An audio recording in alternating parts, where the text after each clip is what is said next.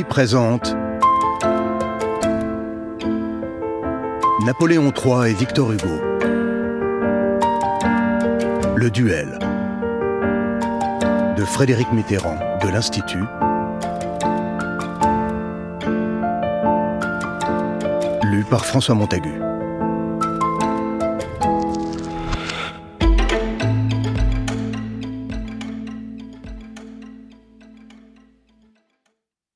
Un dictateur, en effet, n'a pas de concurrent à sa taille tant que le peuple ne relève pas le défi. Imaginez qu'un dictateur n'a d'appétit que pour le sang et n'aime que la terreur serait une sottise. Mais il sait que s'il abandonne ou néglige les moyens de son pouvoir, il tombe dans la trappe du but. Il lui faut sa police, sa justice, son officine de propagande, ses armes de séduction et de répression. Privé d'elles, un jour ou l'autre, il verra le peuple sortir de sa torpeur, hurler à la tyrannie, brûler les palais officiels. Même s'il pense qu'il n'a pas opprimé les citoyens, qu'il n'a pas bafoué les lois, qu'il n'a pas moqué les mœurs, qu'il a favorisé le progrès, qu'il a aidé les arts, qu'il a respecté les coutumes, le cri qui montera vers lui sera le cri de la vengeance. Il s'en étonnera. Peut-être en souffrira-t-il comme d'une injustice. Peut-être en sera-ce une. Peut-être préférera-t-il la mort à ce qu'il appelle l'ingratitude. Mais il ne comprendra pas ce qu'il n'est pas apte à comprendre.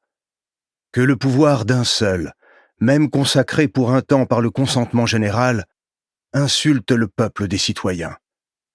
Que l'abus ne réside pas dans l'usage qu'il fait de son pouvoir, mais dans la nature même de ce pouvoir. François Mitterrand, Le coup d'État permanent, 1964. La nouvelle arrive que Louis Bonaparte est mort. C'eût été un bonheur il y a 3 ans, ce n'est même plus un malheur aujourd'hui.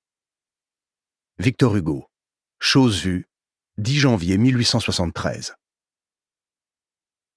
Malgré les vaines et stupides clameurs de la rue et toutes les lâches défaillances de ces derniers temps, l'empereur peut attendre avec confiance le jugement de la postérité. Son règne restera l'un des plus glorieux de notre histoire. Louis Pasteur, Louis-Napoléon le Grand, de Philippe Séguin, 1990. En souvenir de Pierre Le Tann, qui aimait que je lui raconte cette histoire.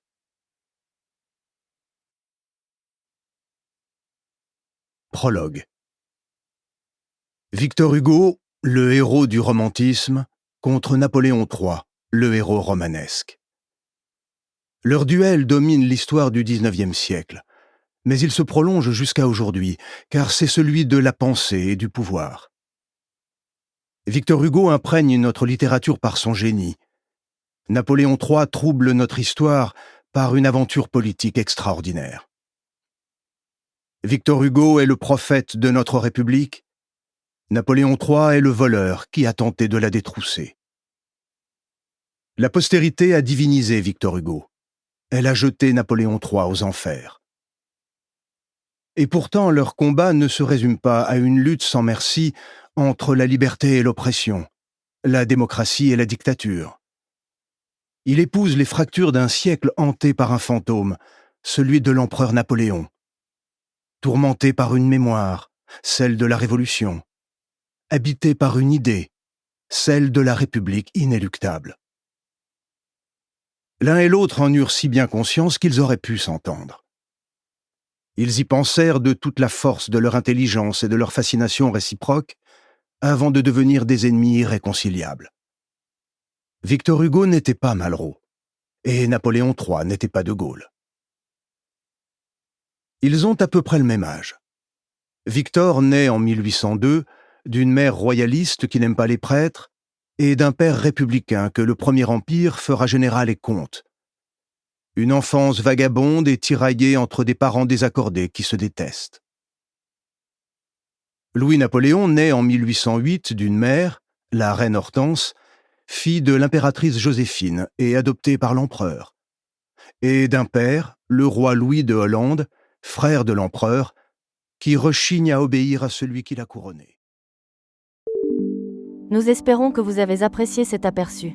Pour continuer à écouter ce livre audio sur Google Play Livres, utilisez le lien dans la description de la vidéo.